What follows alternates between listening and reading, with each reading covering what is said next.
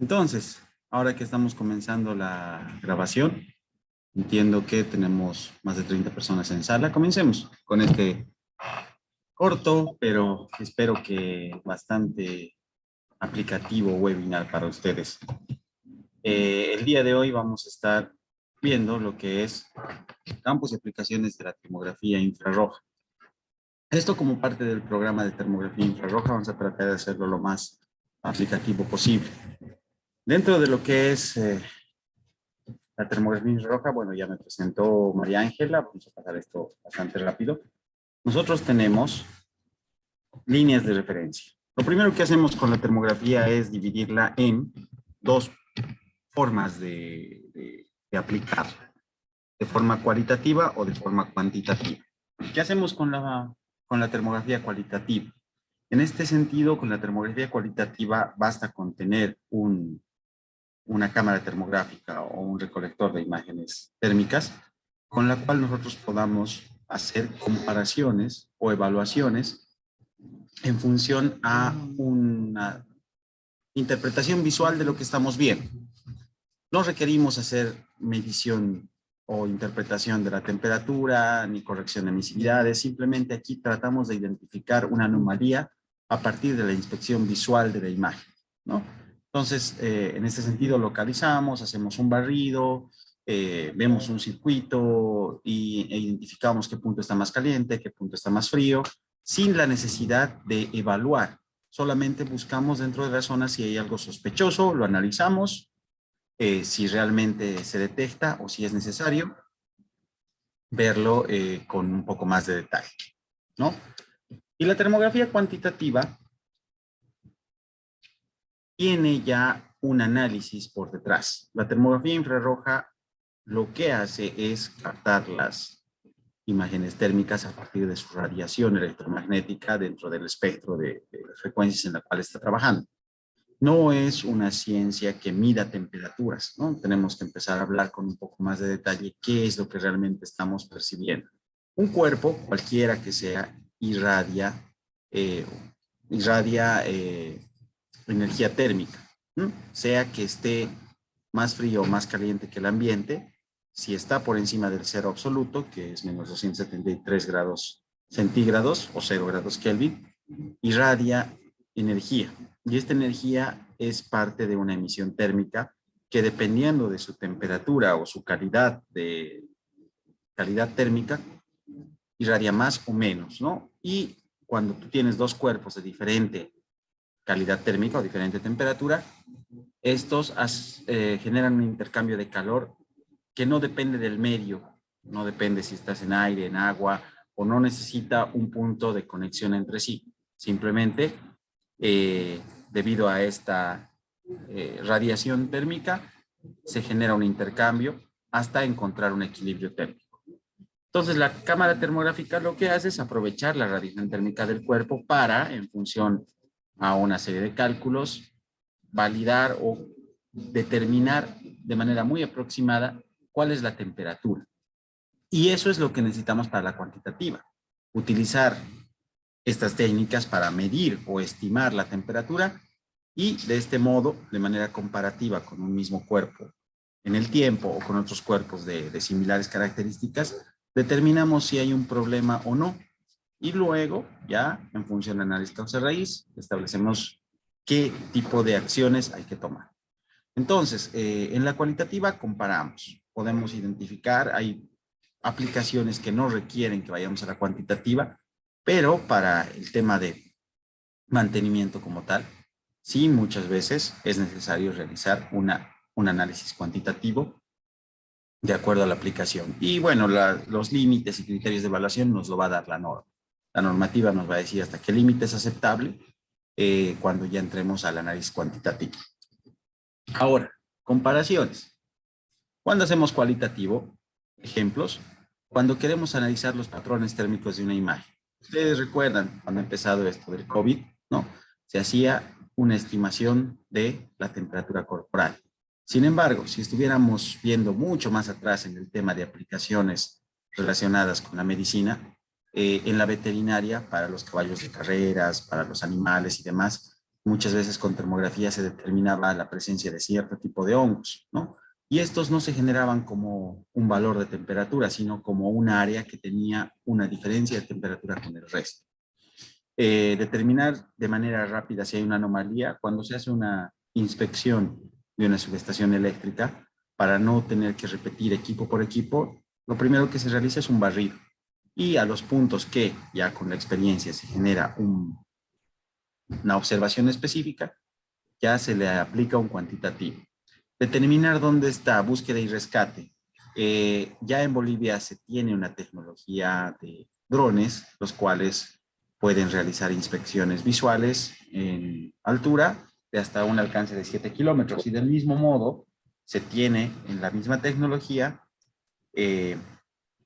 análisis de cámaras o con cámaras termográficas para lo que es ya sea inspecciones a líneas aéreas para determinar sobrecalentamiento, hebras rotas y demás, o búsqueda y rescate.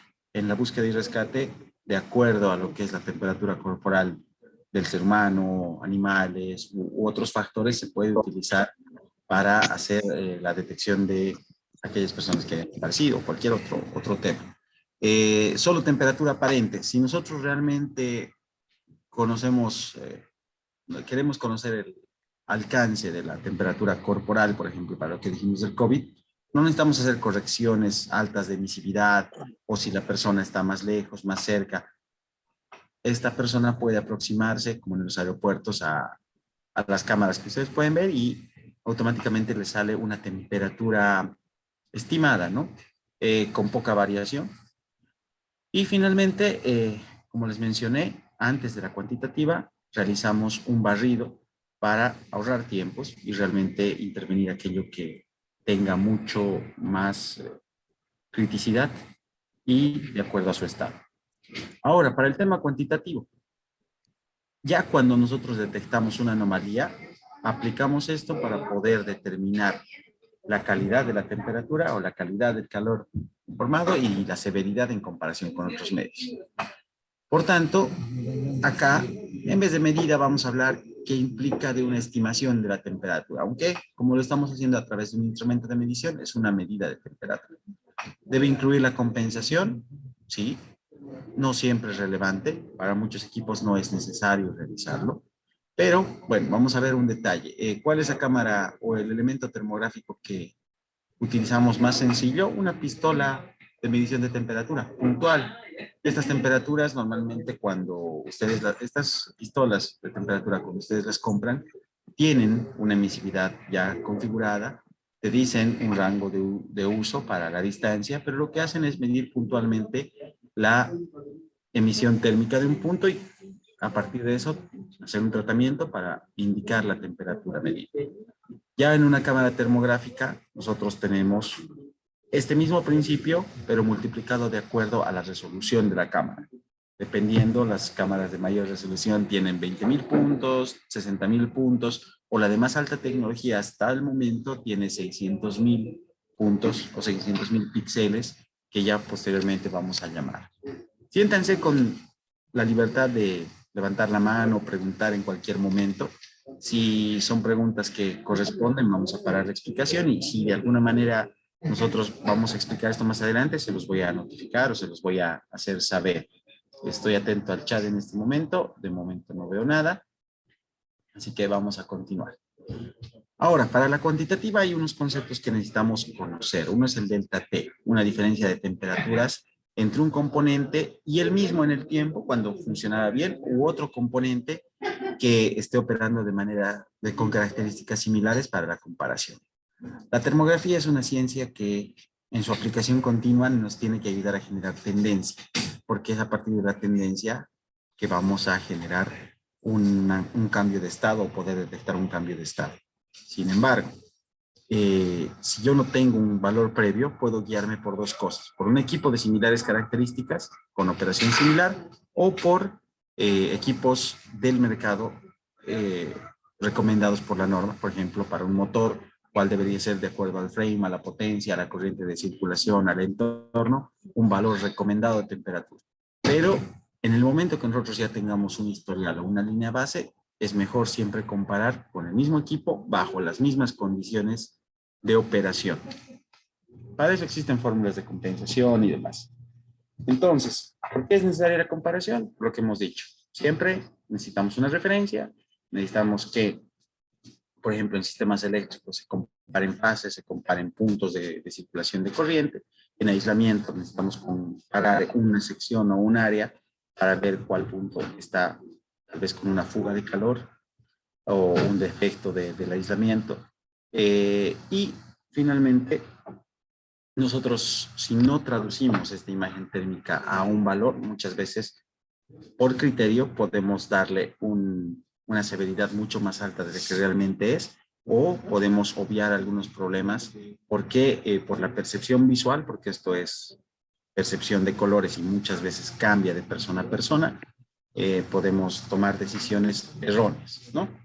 Para ello, ¿qué utilizamos? Ya dijimos, datos históricos que los adquirimos con un criterio establecido. Eh, Dicho esto, vamos a pasar ya a cómo se divide la norma. La normativa para lo que es certificaciones, vamos a pasarnos en ella, para termografía, tiene dos líneas de acción. La línea de la ISO, la cual está basada en la organización de estandarización de acuerdo a los participantes, que son varios países, principalmente europeos, son los que han lanzado esto, pero que ya tiene un gran campo de aplicación en Latinoamérica y en otros lugares del mundo, y la ASNT, que es americana. La americana se basa en las normas propiamente de algunas empresas, un grupo de empresas que han ido desarrollando en cuanto a su experiencia técnica, criterios de evaluación. Diferencias. La norma ISO agarra de manera general, hay un micrófono encendido, les voy a pedir que lo puedan apagar, salvo que tengan alguna consulta. Bueno, la normativa ISO agarra y te da 3 niveles de certificación, que los llaman categorías, categoría 1, 2 y 3. Sin embargo, estas categorías las vuelve generales. En el nivel 1 te enseña lo que es los principios termográficos, recolección de imágenes, cómo funciona la cámara termográfica y algunos límites de acuerdo a norma. En el nivel 2, sin disgregar, ratifica los niveles, perdón, los criterios de evaluación, te permite hacer análisis en cuanto a comparación con mecanismos de transferencia de calor y en el nivel 3 ya te ayuda a crear procedimientos, evaluaciones, a hacer un programa de aplicación de termografía para un sistema de gestión de mantenimiento o mantenimiento como tal. En cambio, la ASNT, que es la norma americana, el nivel 1 es muy parecido al de la ISO, te empieza a enseñando cómo se hace la recolección de imágenes, campos de aplicación y demás. Ya a partir del nivel 2 y 3 se disgrega en 3 campos. Termografía aplicada al área eléctrica, sistemas de potencia, sistemas de baja tensión. Termografía aplicada al área mecánica, sistemas rotativos, aislamiento, sistemas mecánicos y demás. Y construcción civil para muchas veces inspecciones de calidad de pisos radiantes, fugas de calor, edificaciones, estructuras metálicas, esfuerzos, que complementen algún análisis tipo ODS o de elementos finitos que pueda haberse realizado inicialmente o para comprobar sistemas, ¿no? Desde el punto de vista de calidad. Entonces, en el diagnóstico en edificaciones, los que van a estudiar por la ISO no van a ver de manera general, de manera específica aplicaciones, salvo que realmente hayan visto lo que principalmente acá es fugas en sistemas de acondicionamiento de aire y pisos radiantes. En Bolivia esas aplicaciones son las más difundidas.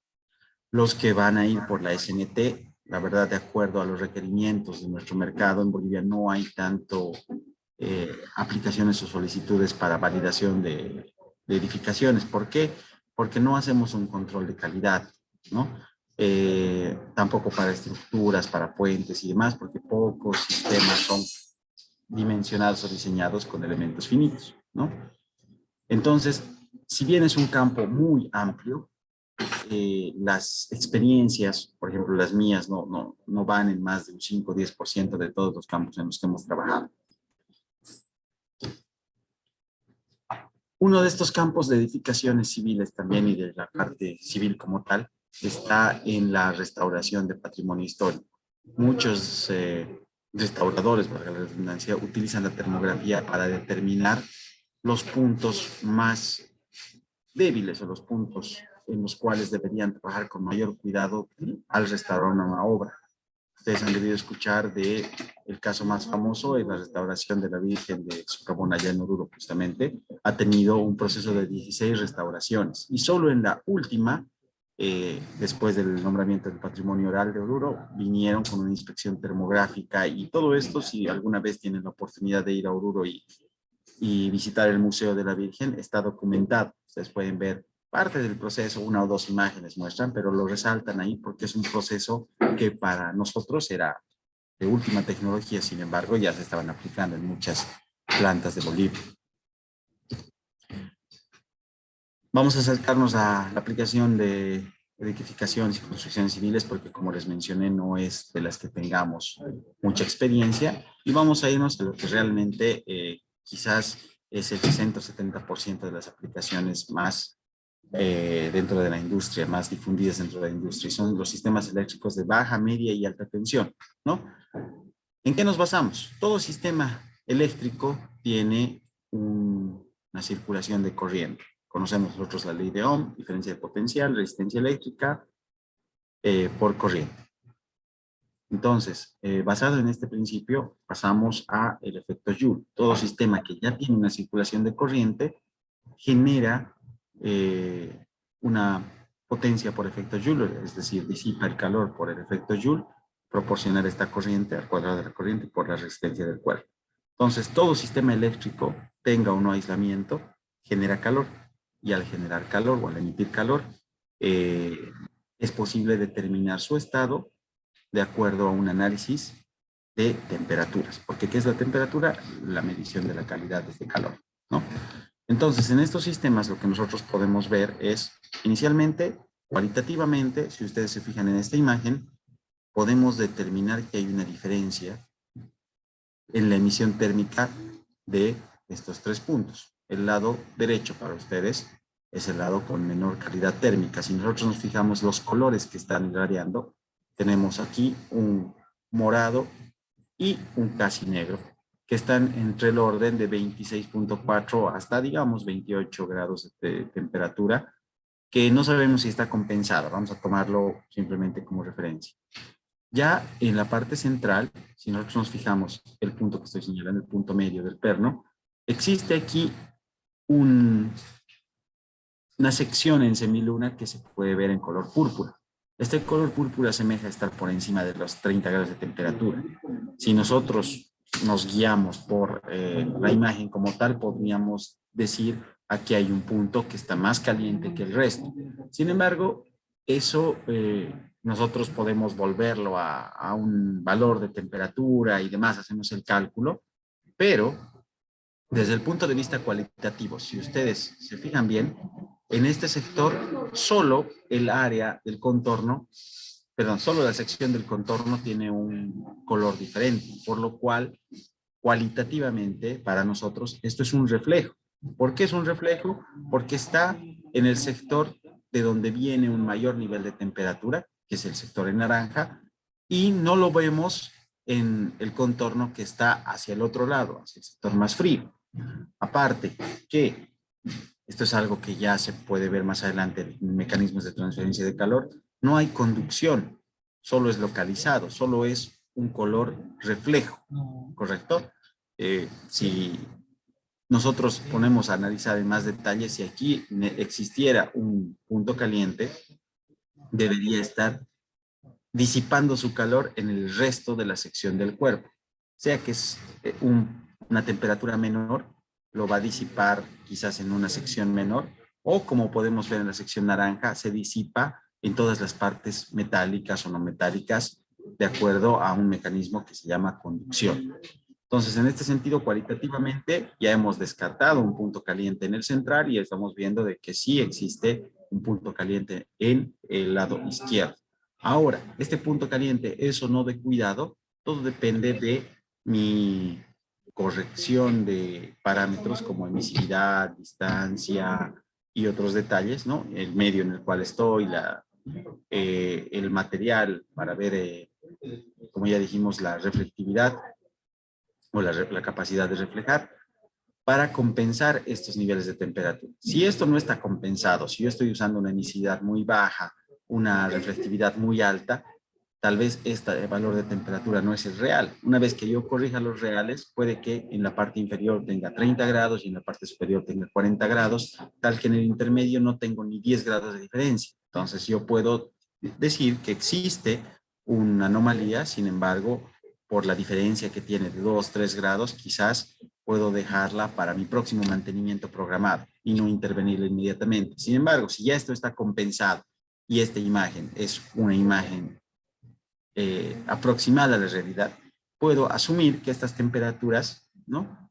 La máxima y la mínima de la imagen son reales. Por tanto, estos spots, que son los puntos de medición, uno me indica 34 grados, el otro 35.8 y el otro 56. Si noto la diferencia entre el punto más alto y el más bajo, estamos hablando de 22 grados de temperatura, lo cual ya está por encima de un nivel incluso de emergencia. Yo podría definir en base a esto, parar este equipo, ya obviamente analizando si tengo un stand-by, si voy a generar una indisponibilidad o algo, e intervenir lo antes posible, obviamente si tengo los componentes. Ahora, si el nivel está de acuerdo a los criterios en un intermedio, yo ya puedo definir qué, vamos a, qué valores vamos a tomar. Ramiro Choque nos pregunta, ¿los criterios de aceptación bajo qué norma evalúa? Muy buena pregunta. Si bien les había mencionado que tenemos la SNT y la ISO 18436-7, estas son para certificación de personal, no te dan los límites, pero sí te indican que tú puedes utilizar la norma 18414-1, que es para termografía. Esta normativa ya te da rangos y límites de acuerdo a la aplicación, ¿no? Inicialmente te dice para sistemas eléctricos en un mismo circuito, es decir, si yo estaría en esta imagen analizando este punto de conexión contra el punto de salida, es decir, conector 1 contra conector 2, me da un valor que quizás es más estricto porque estoy en el mismo circuito.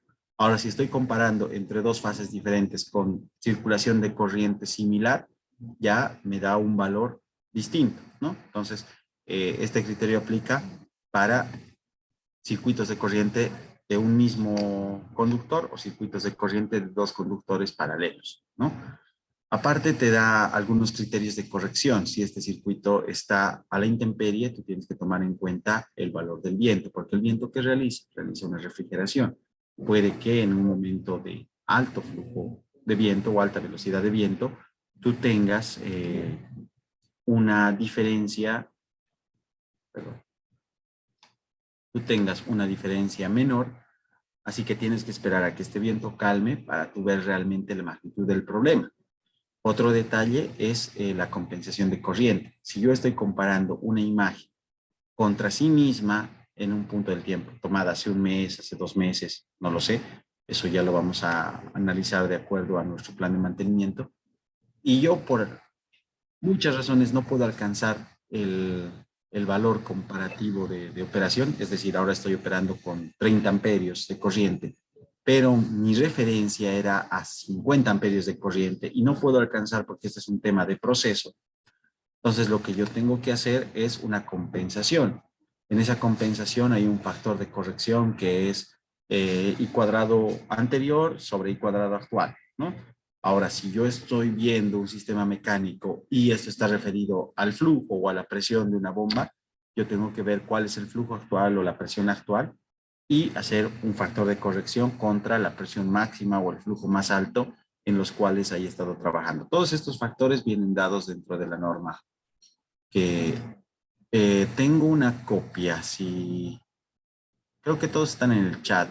Hay un enlace de WhatsApp para el curso de termografía. Les voy a mandar de la biblioteca que tengo la normativa que les mencioné. para que ustedes puedan evaluar algunos de estos límites. Bueno, ¿qué otras averías podemos detectar en alta tensión? Oxidación, porque la oxidación normalmente crea una capa corrosiva, la cual muchas veces funciona como aislante térmico. Y al ser aislante térmico, el calor no se disipa y ese punto se calienta un poco más. Conexiones recalentadas, ya sea por un falso contacto que crea un arco, el arco que empieza a sobrecalentar o a recalentar el material. Conexiones mal aseguradas, las cuales pueden generar un punto caliente. Defectos de aislamiento, cuando tú tengas alguna fuga por un cable enchaquetado o si estás midiendo algún sistema que tiene porcelana, ¿no? Por ejemplo, como aislante, si estos tienen corrientes de fuga o si estos tienen algún defecto, como ya alguna perforación, alguna descarga, la sección permite mayor circulación de corriente y por tanto mayor temperatura. En baja tensión, corrientes de alta resistencia. En baja tensión manejamos mayor corriente, por tanto, si se genera un arco, si hay un punto desajustado, este va a generar mayor concentración de temperatura. Conexiones corroídas. La sulfatación en algunos componentes muchas veces se da por el entorno corrosivo, pero también por que en este sistema, si tú tienes una descarga de arco, facilitas o catalizas cualquier reacción que exista, ¿no? En ese sentido, muchos de los aceros o metales que utilizamos para algunos componentes o incluso los conectores que les ponemos como terminales a los cables, tienen un componente de azufre, tienen un azufre residual, ¿no? Salvo que sean de mayor tecnología. Y con la presencia de humedad más una reacción de calor, pueden generar desulfatación o corrosión. Daños internos en los fusibles y quema directamente, puntos fríos, fallos internos en disyuntores, las bobinas, normalmente el punto más caliente es las bobinas, que muchas veces pueden hacer falsos contactos porque se crea sulfatación o se calientan los conectores y se dilatan, y malas conexiones y daños internos. Para sistemas mecánicos tenemos también un gran número de aplicaciones que muchas veces son en su mayoría cualitativas. Muy poco de los sistemas mecánicos realmente requiere que vayamos a una cuantitativa. Por ejemplo, en los sistemas de climatización, si yo tengo fugas, puedo la primera vez controlar realmente la diferencia de temperaturas, pero ya las siguientes voy a ver si se ha expandido o si requiero una intervención inmediata. No voy a medir la temperatura, tal vez voy a medir el área, ¿no?, en el cual yo tengo una variación de temperatura. En sistemas de vapor, lo mismo, si tengo trampas de vapor, si tengo sistemas que pueden estar obstruidos, voy a medir tuberías en las cuales llegue a tener obstrucciones. En sistemas contra incendio también necesito fugas, verificar continuidad. Sistemas sanitarios, para sistemas sanitarios muchas veces por debajo del nivel del suelo se genera humedad. En la humedad puede poco a poco desgastarte el sistema de verificación, ¿no? O desgastarte el sistema de aislamiento. En calderos, normalmente en los calderos necesitamos distribución de temperaturas, verificación de aislación, verificación de concentración de temperatura, porque sabemos de que por este sistema estamos utilizando un quemador y también estamos pasando por los tubos agua, ¿no? Entonces, si existe una mala distribución, podemos nosotros generar daños en cada uno de estos tubos y a la larga producir ponchaduras o producir fisuras o producir roturas que pueden reducir la eficiencia del mismo, ¿no? ¿Qué otras averías? Problemas de lubricación por incremento de temperatura, errores de alineación. Vamos a ver más adelante algunos ejemplos. Motores recalentados, si nosotros vemos el cuerpo. Rodillos sospechosos. Normalmente cuando tenemos cintas transportadoras, podemos ver aquellos que estén desalineados o no, aquellos que estén haciendo mayor o menor tensión, que pueden no siempre dañar los rodillos, sino dañar las fajas y producir paros en la producción. Normalmente lo que se busca en mantenimiento es disminuir al máximo los paros en producción, pero al menos los no planificados.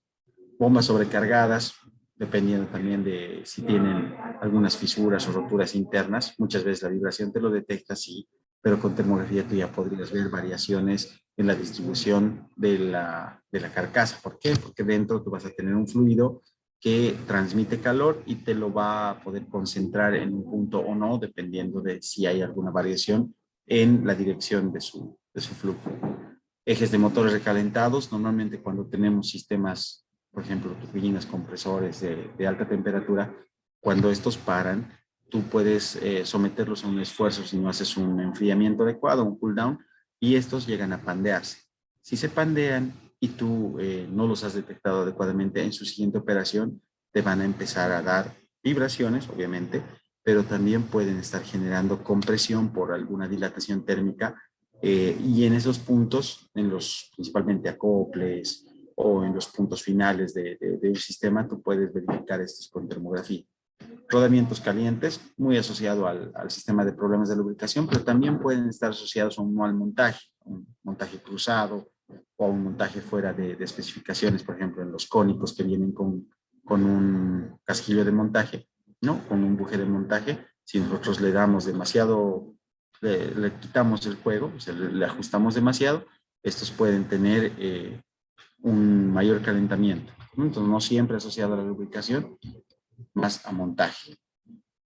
Otro ejemplo de sistemas mecánicos son propiamente los sistemas automotrices para verificar frenos y demás de manera rápida. Si de alguna manera la inspección técnica vehicular que se realiza, por ejemplo, acá en Bolivia anualmente, puede ser en operación, ellos podrían determinar con termografía si tenemos una distribución, por ejemplo, en los discos de freno que no genere un riesgo. Si tenemos tal vez algún desgaste mayor o puntos que estén calentando más, sería algo bastante rápido de diagnosticar. Aquí tenemos un ejemplo, por ejemplo, de filtraciones de agua, filtraciones de humedad o condensación de superficies. Aquí necesitamos tal vez una vez la forma cuantitativa, pero no nos interesa más que saber dónde están los puntos más fríos acá, porque estos ya tienen un nivel de condensación. ¿Puede esto deberse a qué? A una filtración, a una pérdida de aislamiento o directamente a que tenemos puntos obstruidos dependiendo del tipo de sistema. Control de plagas, otro de edificaciones, en el cual nosotros podemos determinar, si digamos estamos en un sistema en un trabajo de industria alimenticia, podemos determinar qué lugares pueden estar con alguna bacteria que puede llegar a perjudicar nuestra producción. Si estamos en sistemas de cuidado animal, qué bacterias, o si en algún sector hay concentración de moho, o si internamente algunas paredes nosotros ya tenemos muy similar al anterior, ¿no? Una crianza de plagas o de insectos que lo que hacen es reducir la sección interna y producir un intercambio de calor muy diferente al habitual. Para el mantenimiento basado en condición en una planta, lo que nosotros hacemos es inicialmente aplicar un preventivo. ¿Qué es el preventivo? Cualquier actividad que se realice en base a un contador operativo. Puede ser horas de operación, puede ser horas quemadas para un equipo que funciona a fuego, puede ser eh, se llama contadores de accionamiento, número de arranques, número de paradas, cualquier cosa que pueda ser repetitiva en el tiempo. Entonces, la termografía inicialmente se planifica con una frecuencia de inspección. ¿De qué depende esta frecuencia? De la criticidad de los equipos. Si yo tengo equipos muy críticos, quizás mi inspección termográfica debe ser cada 15 días.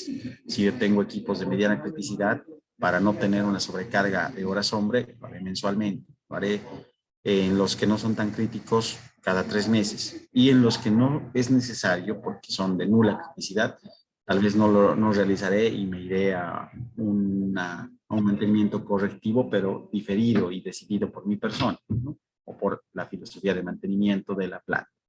En ese sentido, nosotros tenemos que utilizar las técnicas que hemos visto previamente para ver a qué sector yo necesito realizar un análisis mecánico, como por ejemplo acá, ustedes pueden ver un sistema de bombas paralelas, las cuales podemos nosotros indicar, tal vez la de acá no está operando, aunque su temperatura me dice que sí está por encima de la temperatura ambiente. La de acá con seguridad está operando. Si las dos están operando y las dos tienen un mismo nivel de corriente, yo podría indicar que puede haber una diferencia en el consumo o directamente la carga del fluido que están manejando puede ser distinto.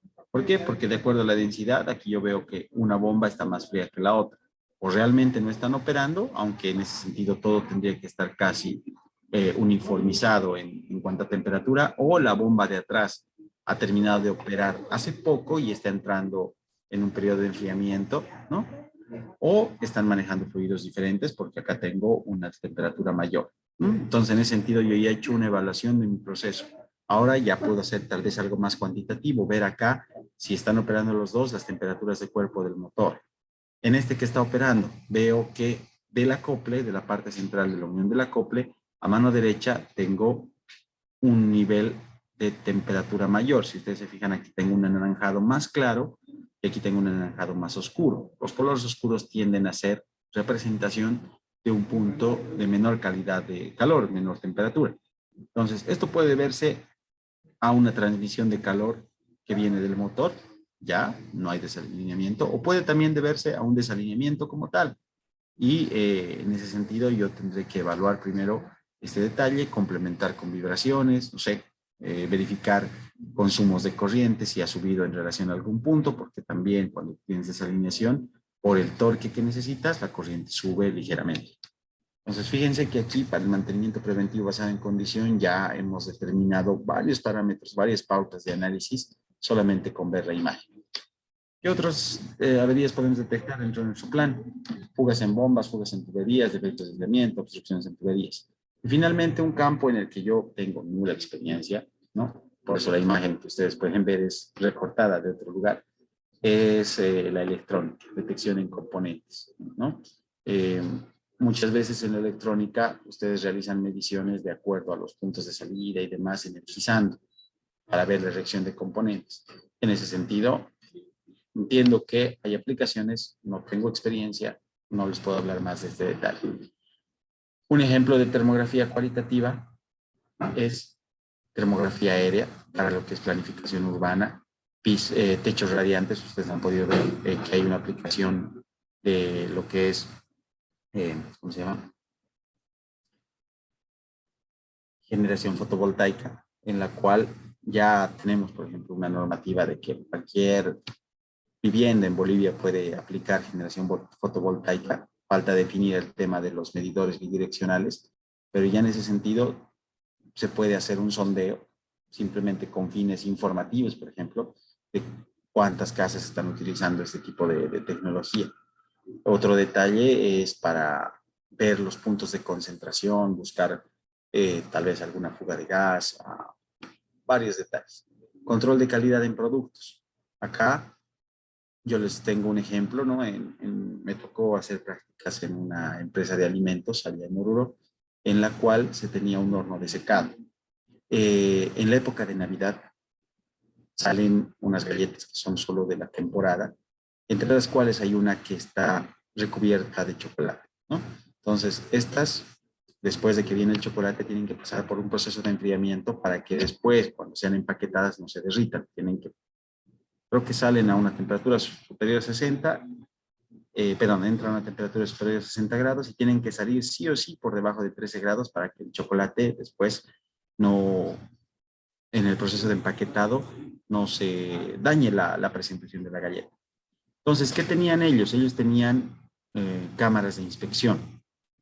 Este horno era de no más de 30 metros, pero a los 10 metros abrías la cámara y el inspector de calidad recolectaba una galleta, la probaba. A los 20 recolectaba una galleta, la probaba. Esto para ver de que no esté enfriando demasiado rápido o si realmente está enfriando. Entonces, al finalizar, ¿qué hacía? Palpaba una galleta, la tocaba. ¿Qué parámetro podríamos, qué aplicación podríamos darle a esto? Una aplicación cualitativa, ¿no? Ustedes ya pueden predeterminar la emisividad de la cobertura de la galleta, ¿no? Y hacer la medición al final. Si esta está alcanzando la temperatura, muy bien, la dejamos pasar. Otro detalle, hornos de fundición, eh, en producción de ladrillos. Ahí también tenemos hornos de secado. Todos estos procesos que realizan producción en masa o cíclica pueden tener un control de calidad de productos. Sistemas refractarios, ya que estábamos hablando de hornos de secado, ¿no? En los hornos tenemos nosotros una protección para lo que evitar que se pierda energía en forma de calor, porque esta se genera de algún lado.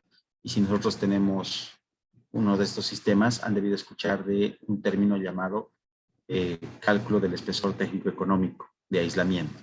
¿Por qué? Porque hay un punto en el cual tú pierdes tanto calor que tu costo se va en energía. Entonces, para eso le pones un aislamiento, pero cuanto más grande le pones, más costoso le es el aislamiento. Llegas a un punto de equilibrio en el cual le pones más aislamiento, ya se te encarece el costo. Le quitas más aislamiento y ya generas más pérdida de calor, ¿no? Entonces, el tratamiento de este punto se puede realizar el análisis y el estudio a través de termografía y, bueno, con los cálculos apropiados de la transferencia de calor. Calderas, estufas e incineradoras, ¿no? Para ver el tema de... Existen cámaras termográficas que puedes tú ver gases, las convencionales no ven, y otras que también van más allá. Puedes tú apuntar a la llama directa, perdón, y con llama directa tú puedes determinar las temperaturas de llama con la cual esté saliendo o no de un sistema.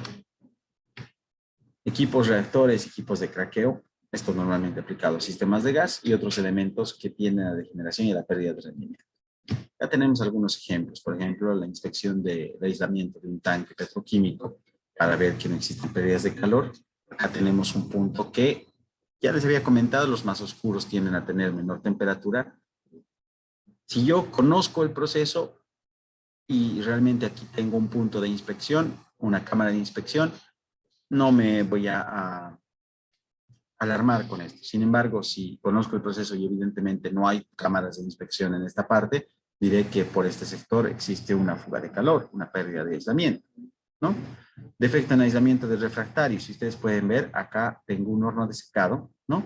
Y si se fijan, los hornos tienen aquí las cámaras de inspección, pero estas tienen una distribución de temperaturas muy similar, podríamos decir, en cuanto a área, salvo la tercera. La tercera ya tiene una mayor sección. Quizás los ladrillos refractarios de la parte superior han perdido espesor. Puede ser por algún golpe externo o daño interno, o simplemente ya una degradación del material, o que los ladrillos que hemos colocado acá no han sido adecuadamente procesados. Los que conocen las cementeras, los hornos de secado rotatorios, giran a baja velocidad. Si ustedes se fijan, acá tengo pérdida también de aislamiento en un horno de cemento. Inspección de chimeneas en un material refractario. Aquí estamos viendo todo lo que son fugas. Les comentaba que existen cámaras que ven a través de llama, ¿no? Si ustedes se fijan, la de la derecha es una cámara que ve a través de la llama directa y la de la izquierda no. Entonces, todos estos gases van a hacer que el ambiente se vuelva más denso y la cámara no va a poder transmitir o no va a captar la transmisibilidad de la emisión térmica de la superficie que hay detrás, porque la llama no le va a permitir. Entonces, este tipo de cosas entiendo que existen dentro de algunas plantas como es EPFR. Hay un micrófono encendido, ya que lo vean por favor. Como les decía, este tipo de aplicaciones ya hay en Bolivia, son específicos, las cámaras sacrifican un poco de su espectro para tener esta tecnología, así que son aplicaciones especiales. Estas mismas cámaras, ¿no? Por ejemplo, acá visualmente nosotros no tenemos un detalle de cómo realmente está este punto. Algunas veces sí se puede percibir por una variación de... Vamos a desactivar ahora. Vamos a poder ver alguna refracción de la luz porque existe vapor o existe algún fluido caliente saliendo. Sin embargo, acá con cámara termográfica nosotros de forma cualitativa podemos hacer inspecciones, ¿no? Este es un reformador primario que tiene una fuga de gas y como el reformador funciona con combustores, este gas directamente sale como gases de combustión. Aquí yo no necesito aplicar una termografía cuantitativa. Para mí es suficiente con una cualitativa, ¿correcto? Evaluación de niveles de tanques en proceso. Yo en una inspección, si digamos tengo sectores que no tienen transmisores de nivel o medidores de nivel y el material del tanque me permite, yo puedo hacer inspecciones simplemente para ver dónde están mis niveles, porque puedo tener niveles de seguridad, ¿no? Eh, Otro detalle, acá en termografía aplicada a una fábrica de papel, los que han estado en alguna fábrica de papel, se tiene hornos, perdón, tiene rodillos de secado. Los rodillos de secado siguen una secuencia en la cual el papel sale como una hoja larga. Esta continua y que posteriormente se va cortando. La salida del papel como tal tiene una humedad alta, prácticamente sale mojado. Estos hornos de secado manejan películas delgadas de papel. Por ejemplo, para las hojas bond que manejamos, ¿no? Es ya el espesor final que conocemos, pero aplicaciones mucho más estrictas serían las de las fábricas de papel higiénico. Ustedes conocen que este papel es mucho más fácil de cortar o de separar. Por tanto, si yo tengo defectos, ¿no? de temperatura acá y una mala distribución de temperatura, un sector va a secar menos que otro y esto puede permitir que se generen esfuerzos más en un sector que en otro antes de terminar, o que al final el papel salga con una mala distribución de temperaturas, arrugado o se rompa en el camino. Entonces aquí yo tengo posibles pérdidas de producción, tengo posible mala calidad de producto final, ¿no? Entonces yo tengo que hacer estas inspecciones para en mi próximo mantenimiento o cuando sea necesario realizar quizás tengo orificios taponeados, quizás esto está desalineado y por eso está un sector con mayor estructura.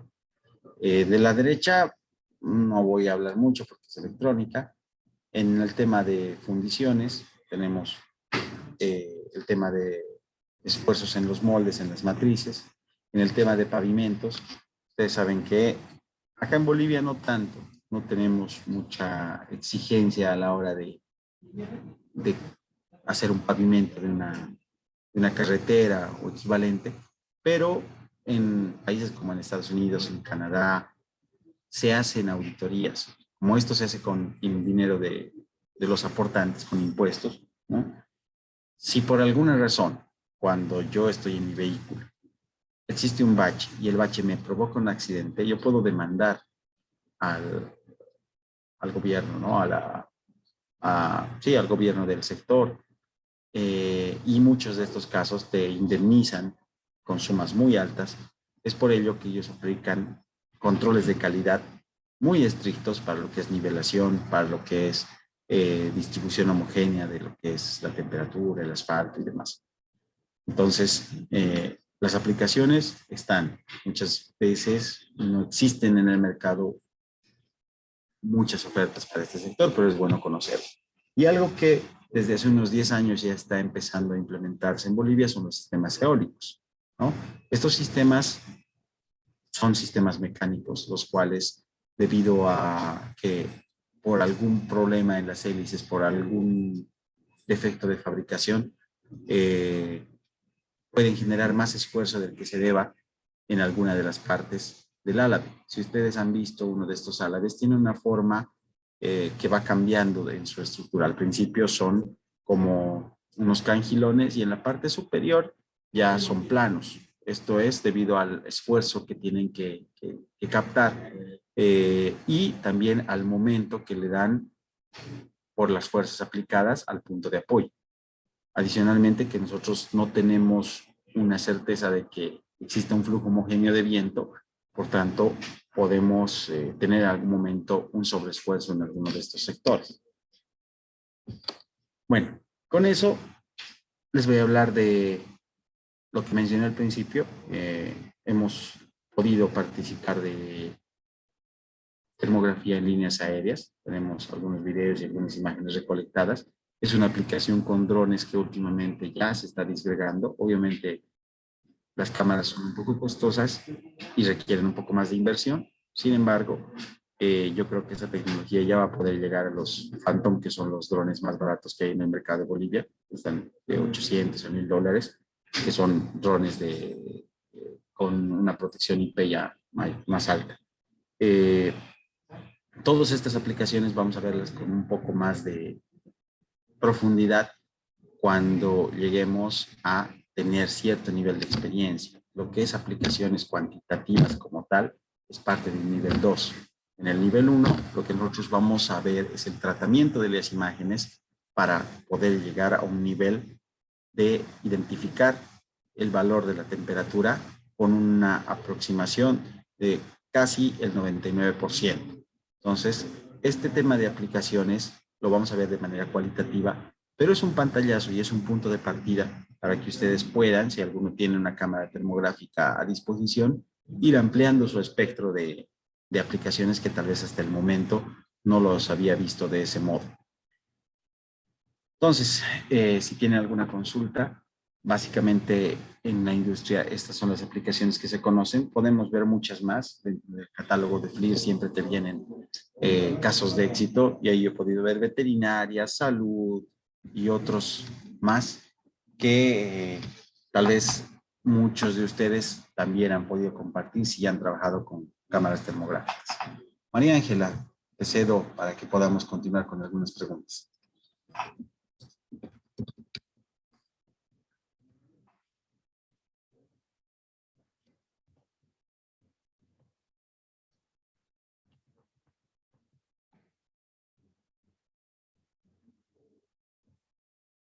Aló, aló. ¿Me escuchan?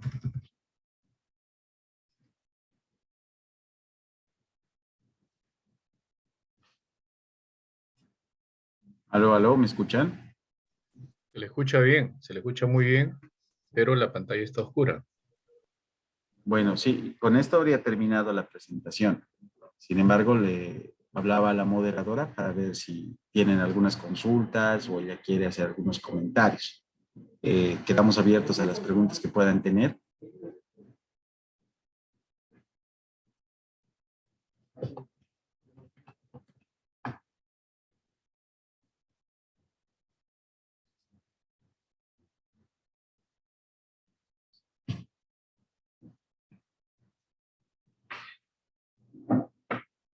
¿Cómo fue? Sí, sí. Bueno, entiendo que entonces no habría consultas. Les agradezco el tiempo y agradezco siempre la explicación. Si por ahí tenemos a María Ángela, entiendo que va ella a lanzarles alguna invitación o por lo que veo en el chat les ha dejado algún enlace. Los que gusten, en el chat yo les voy a dejar mi contacto para que me puedan escribir los que gusten, para que les envíe la norma que les había mencionado, la norma relacionada con termografía y diagnóstico termográfico.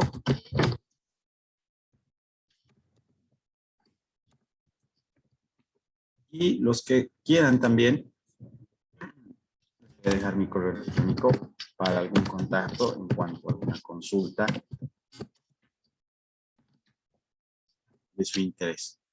Lenin Paul nos pregunta, marcas recomendables de equipos. La verdad es que se han disgregado bastante. Las convencionales con las que yo empecé eran las FLIR de baja resolución, que son de la línea E y de la línea I, que normalmente se aplican en baja tensión. Posteriormente a eso ya vimos llegar las Fluke de manera paralela, las TI-25, por ejemplo, que se utilizan ya en subestaciones eléctricas, tienen una resolución de 60.000 píxeles, y otras como las FLIR T, la línea T y la P, desde la P20, P60 hasta la P660 y luego las T660 a la T1020, que es la más avanzada que se tiene, ya cuentan con resoluciones de 600.000 píxeles, 800.000 píxeles, ¿no? Entonces, estas, ¿qué facilidad te dan? Distancia. A mayor distancia todavía mantienes resolución. En cambio, las de baja tecnología no puedes aplicarlas mucho a distancia. ¿Por qué? Porque vas a abarcar un área mayor y la imagen no es muy fidedigna por características que van a ver. Justamente Jeremy nos pregunta características mínimas que deberían tener una cámara termográfica para un mantenimiento eléctrico de baja tensión. Lo que tú tienes que ver en una cámara termográfica es inicialmente resolución y luego el espectro o el rango del espectro en el cual está midiendo. Normalmente el rango del espectro va entre 0.8 nanómetros a 14 a 18 nanómetros para lo que es la onda electromagnética. Hay cámaras que te cubren ambos rangos, todo el rango, ¿no? En el medio hay un punto que es el punto de baja transmisibilidad. Normalmente esto está entre 5 y 8 nanómetros. Ese punto ninguna cámara te lo mide. Entonces, por debajo de 5, desde 1 a 5, y por encima de 8, normalmente de 8 a 14, se llaman rango de baja longitud de onda o longitud de onda corta, y alta longitud de onda o longitud de onda larga. La cámara termográfica, muchas veces las de baja resolución y bajo precio, solo te miden el de baja longitud de onda o longitud de onda corta. En cambio, otros, los FLIR, los PES, los TES, te miden ambos. Y en esto se ve mucho sus rangos y alcance de temperatura. A veces hay cámaras que tienen 2, 3 rangos de temperatura. Alex Pilco, en Bolivia, ¿dónde puedo adquirir una cámara termográfica y sus precios cuánto oscilan? Bueno, en Bolivia hay marcas como FLIR, Luque y Testo, y también las Caterpillar. Las Caterpillar empezaron su promoción brindándote una cámara adosable al celular. En esos tiempos del 2008 se adosaban de acuerdo a un conector que tenían los Nokia. Ahora vienen ya directamente con los puertos tipo C, que por experiencia no las he utilizado, pero sé de un par de compañeros y un exalumno que tuve que para baja tensión las ha utilizado, y una fue regalo. Tenía una buena resolución, creo que era de 1500 píxeles, si no me equivoco, no era mucho, pero para sistemas de corta distancia les sirvió bastante. Entonces, representantes de FLIR son la empresa Tritec, y representantes de Fluke son la empresa Helios. Estos son los representantes, los exclusivos en Bolivia, con los cuales podríamos nosotros contactarnos si queremos una cámara termográfica. Las de baja resolución, las tipo FLIR I3 o hasta la E10, oscilan entre 8,000 a 20,000 dólares. Sin embargo, aquellas ya de mayor resolución están por encima de los 40,000, 45,000 dólares. La más cara, la de mejor tecnología, es la FLIR T1020, que está sobrepasando los 60,000 dólares, con los lentes adicionales de 12 grados, 24 grados y demás.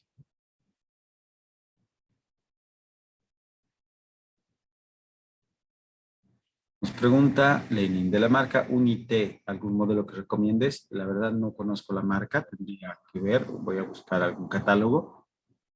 No tengo experiencia con algunas cámaras termográficas, más es aquí la selección del software y el tratamiento, ¿no?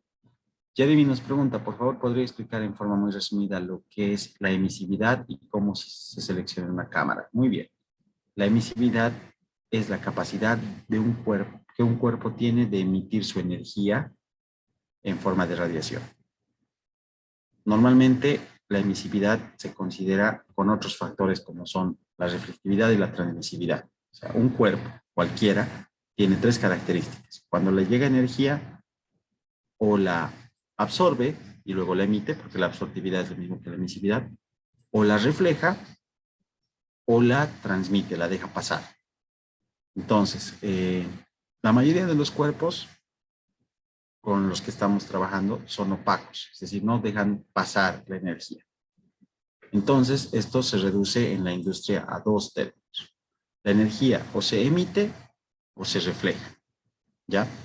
Entonces, en ese sentido, la energía radiante tiene de su 100% un porcentaje que se refleja y un porcentaje que se emite.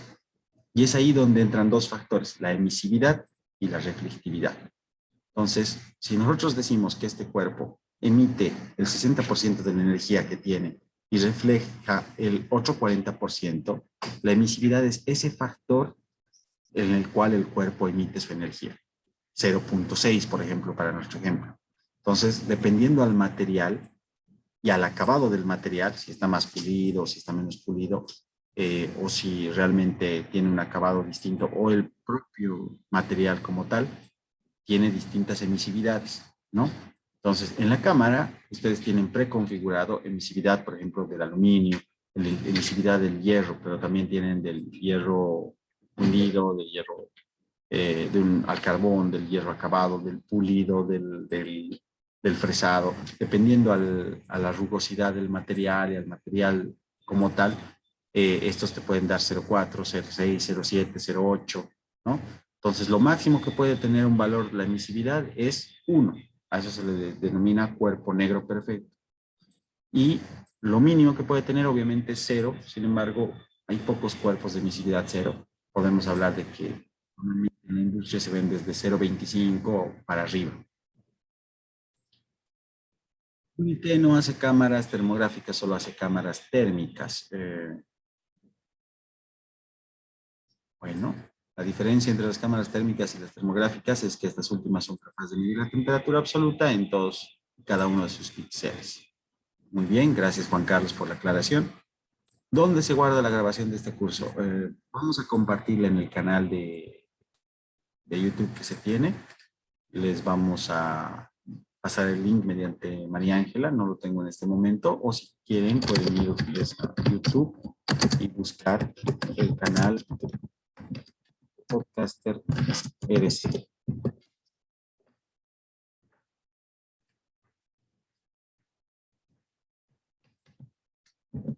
Ahí pueden encontrar inclusive algunos webinars previos gratuitos que hemos brindado, como el de mecanismos de transferencia de calor, y otros que tal vez pueden complementar la información que se les ha dado el día de hoy. Juan Carlos, tengo entendido que María Ángela no está. ¿Algún comentario?